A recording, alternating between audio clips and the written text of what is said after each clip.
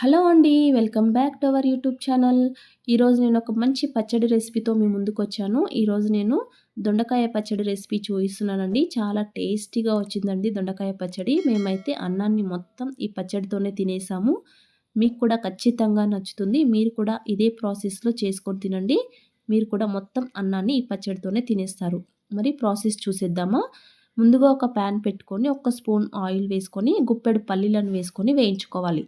పల్లీలు కాస్త వేగిపోగానే కారానికి తగినట్టు పచ్చిమిరపకాయల్ని కూడా వేసుకొని వేయించుకోవాలి. నేను 10 పచ్చిమిరపకాయల వరకు వేసుకొని వేయించుకుంటున్నాను. ఇందులోకే కొన్ని కరివేపాకు రెబ్బల్ని కూడా వేసుకొని వేయించుకోవాలి. ఇవన్నీ ఈ విధంగా వేగిపోగానే వీటన్నింటిని పక్కకు తీసుకోవాలి. ఇప్పుడు ఇదే ప్యాన్‌లోకి మళ్ళీ ఒక స్పూన్ ఆయిల్ వేసుకొని ఆయిల్ వేడెక్కగానే దొండకాయ ముక్కల్ని వేసుకోవాలి.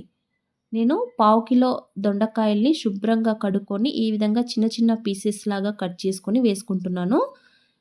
నేను పావు కిలో దొండకాయలకి తగినట్టుగా పచ్చిమిరపకాయల్ని తీసుకున్నాను. మీ కారానికి తగినట్టుగా మీరు పచ్చిమిరపకాయల్ని తీసుకొని పచ్చడి చేసుకోండి. ఈ దొండకాయ ముక్కలు ఆయిల్‌లో బాగా ఫ్రై అయిపోవాలి.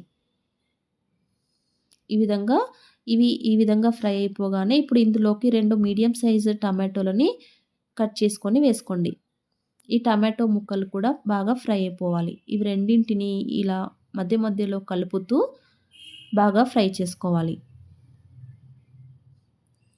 ఇలా ఫ్రై అయిపోగానే ఇప్పుడు ఇందులోకి కొంచెం నానపెట్టి ఉంచిన చింతపండును కూడా వేసుకోండి. ఆల్రెడీ టమాటో వేసుకున్నాం కదా, మళ్ళీ చింతపండు ఎందుకు అనుకోకండి.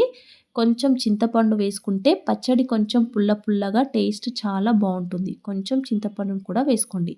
ఇందులోకి ఒక్క స్పూన్ జీలకర్రను కూడా వేసుకొని ఒకసారి అంతా బాగా కలుపుకొని, ఒక స్పూన్ పసుపును కూడా వేసుకొని మళ్ళీ ఒకసారి ఈ విధంగా బాగా కలుపుకోండి.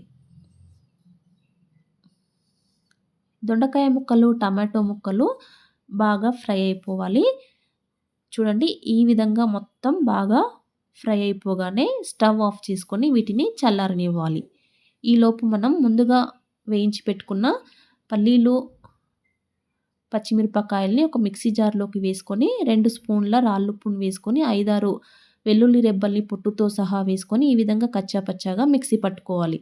ఇప్పుడు అదే మిక్సీ జార్లోకి మనం వేయించి పెట్టుకున్న దొండకాయ, టమాటో ముక్కల్ని కూడా వేసుకొని దీన్ని కూడా మిక్సీ పట్టుకోవాలి.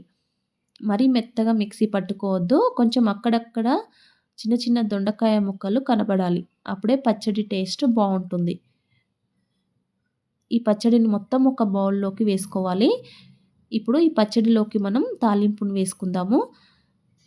తాలింపు కోసం ఒక చిన్న కడాయి తీసుకొని 2 స్పూన్ల ఆయిల్ వేసుకొని ఆయిల్ వేడెక్కగానే ఇందులోకి ఆవాలు, జీలకర్ర, కొంచెం శనగపప్పు, కొంచెం మినప్పప్పు, 2, 3 ఎండుమిరపకాయల్ని కూడా వేసుకొని వేయించుకోవాలి. ఇందులోకే కరివేపాకు రెబ్బల్ని కూడా వేసుకొని ఆయిల్‌లో బాగా వేయించుకోండి.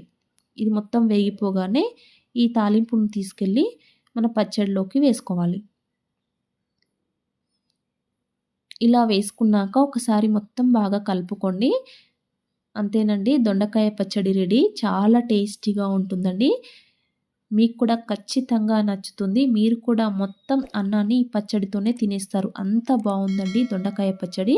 ఒకసారి ఖచ్చితంగా ట్రై చేయండి. నా వీడియోస్ నచ్చితే లైక్ చేయండి, షేర్ చేయండి. ఛానల్ని సబ్స్క్రైబ్ చేసుకోండి.